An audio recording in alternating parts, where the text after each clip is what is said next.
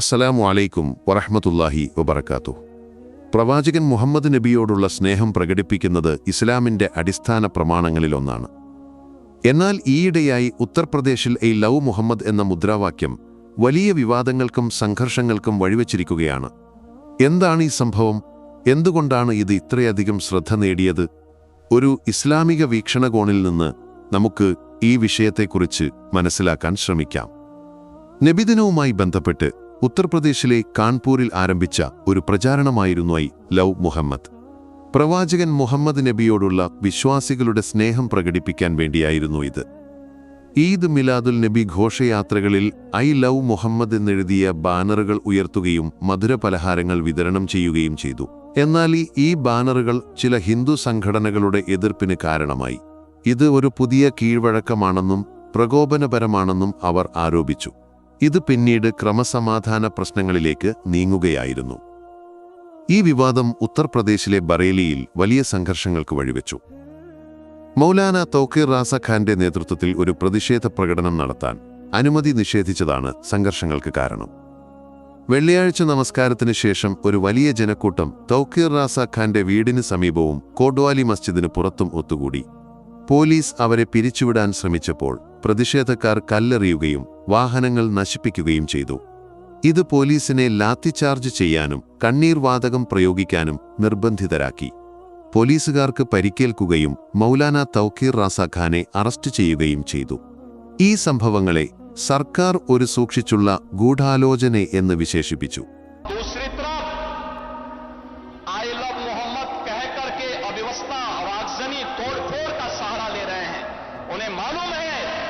ये शारदीय नवरात्रि है, विजयादशमी का पर्व है और शारदीय नवरात्रि को अगर अव्यवस्था पैदा करोगे, चंड मुंड बनकर के कार्य करोगे तो मां भगवती कभी बर्दाश्त नहीं करने वाली है. പ്രവാചകൻ മുഹമ്മദ് നബിയോടുള്ള സ്നേഹം ഇസ്ലാമിക വിശ്വാസത്തിന്റെ അവിഭാജ്യ ഘടകമാണ്. വിശുദ്ധ ഖുർആൻ നിരവധി സ്ഥലങ്ങളിൽ പ്രവാചകനെ അനുസരിക്കാനും സ്നേഹിക്കാനും വിശ്വാസികളോട് ആഹ്വാനം ചെയ്യുന്നുണ്ട്. നബിസത്യവിശ്വാസികൾക്ക് സ്വദേഹങ്ങളെക്കാൾ അടുത്ത ആളാകുന്നു എന്ന് ഖുർആൻ പറയുന്നു. നബി സല്ലല്ലാഹു അലൈഹി വസല്ലമ തങ്ങൾ പറഞ്ഞു, നിങ്ങളിൽ ഒരാൾക്ക് തൻ്റെ മാതാപിതാക്കളെയും മക്കളെയും എല്ലാ ജനങ്ങളെക്കാൾ ഞാൻ പ്രിയങ്കരനാകുന്നതുവരെ അവൻ വിശ്വാസിയാകുകയില്ല.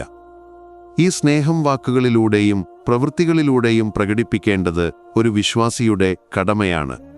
ഐ ലവ് മുഹമ്മദ് എന്ന മുദ്രാവാക്യം ഈ സ്നേഹത്തിന്റെ ഒരു പ്രകടനമായിട്ടാണ് വിശ്വാസികൾ കാണുന്നത്. ഈ വിഷയത്തിൽ വ്യത്യസ്ത അഭിപ്രായങ്ങളാണ് ഉയർന്നു വന്നിട്ടുള്ളത്. ഐ ലവ് മുഹമ്മദ് എന്ന് പറയുന്നത് ഒരു കുറ്റമല്ലെന്നും മതസ്വാതന്ത്ര്യത്തിന്റെ ഭാഗമാണെന്നും AIMIM നേതാവ് അസദുദ്ദീൻ OYC വാദിച്ചു. എന്നാൽ ഇത്തരം പ്രകടനങ്ങൾ ക്രമസമാധാനം തകർക്കാൻ ലക്ഷ്യമിട്ടുള്ളതാണെന്ന് ഉത്തർപ്രദേശ് മുഖ്യമന്ത്രി യോഗി ആദിത്യനാഥ് ആരോപിച്ചു.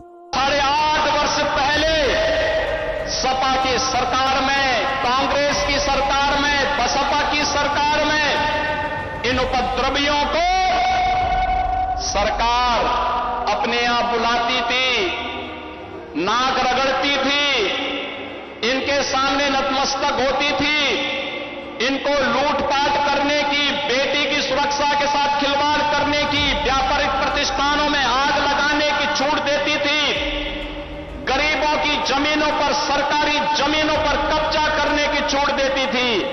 अब ये डबल इंजन की सरकार है, अराजकता बर्दाश्त नहीं करती और अगर किसी ने अराजकता करने का दुस्साहस किया तो उसकी छाती पर बुलडोजर चलाना भी जानती. ചില ഹിന്ദു സംഘടനകൾ ഇതിനെ പ്രകോപനമെന്ന് വിശേഷിപ്പിക്കുകയും ഐ ലവ് മഹാദേവ് എന്ന പേരിൽ മറുപ്രചാരണങ്ങൾ ആരംഭിക്കുകയും ചെയ്തു.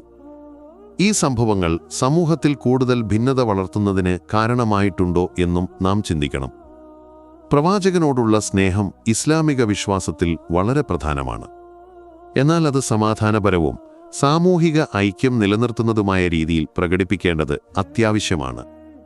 ഇത്തരം സംഭവങ്ങൾ സമൂഹത്തിൽ അനാവശ്യ സംഘർഷങ്ങൾ ഉണ്ടാക്കാതെ സഹിഷ്ണുതയും പരസ്പര ബഹുമാനവും വളർത്തുന്നതിനുള്ള വഴികൾ കണ്ടെത്തേണ്ടത് എല്ലാവരുടെയും കടമയാണ്.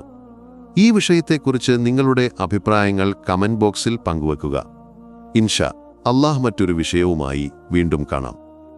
അസ്സലാമു അലൈക്കും വറഹ്മത്തുള്ളാഹി വബറകാതുഹു.